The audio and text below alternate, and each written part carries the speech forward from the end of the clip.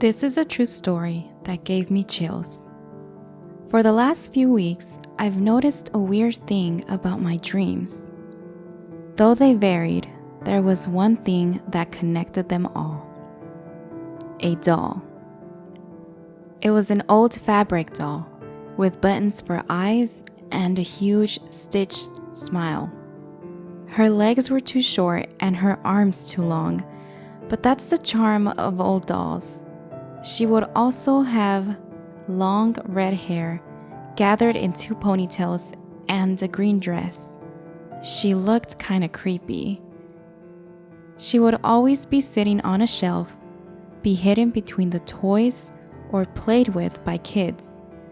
She didn't miss any of my dreams. She was not a main character. She was actually pretty good at hiding. I also noticed more and more incidents with sleep paralysis, always in the morning. I would wake up, unable to move, and she would always sit on my bookshelf.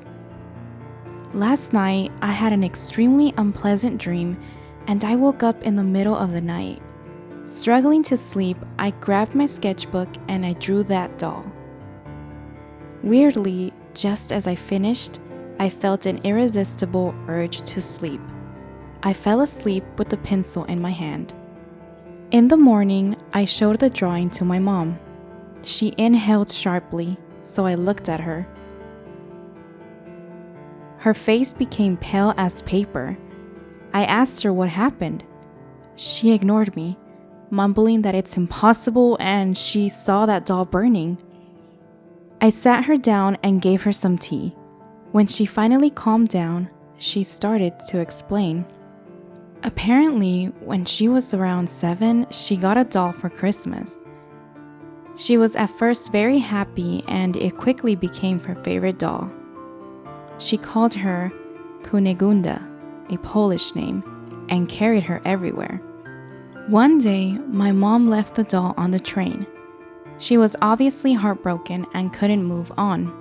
But after a few days, the doll mysteriously appeared back on her shelf. My grandparents and all the family didn't know how. My mom, as the kid she was, believed the doll came back on her own. And while crazy, that was the only reasonable way. The family didn't do that. It couldn't be done by a burglar, because why would he break in just to give back a doll? Also, there were no signs of breaking in, and it was the same doll. She was hand-sewn by my grandpa and had my mom's name on the leg under her skirt. My mom and all the family quickly stopped thinking about that. A few weeks after, the doll started acting weirdly. She would often disappear for a few days, but she would always be found on the shelf.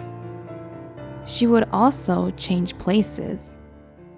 My mom had that doll for a really long time. She claimed that she had her when she was pregnant with me, but she doesn't have any photos. That's when the weird thing happened. I always knew that I was born premature, but mom never told me she almost lost me in the second trimester. She said she was sleeping and she woke up in a puddle of blood. They obviously rushed to the hospital. When everything calmed down and they realized I was okay, my dad asked mom why did she sleep with Kunegunda. She said she didn't know what he was talking about. Apparently, he noticed the doll next to her when he picked her up. When they came back home, the doll was sitting on her shelf, but she had a little stain of blood on the back of her dress. My mom thought it was enough and she decided to throw the doll in the fire. The doll burned down and mom forgot for 16 years. Until now. Kunegunda decided to come back.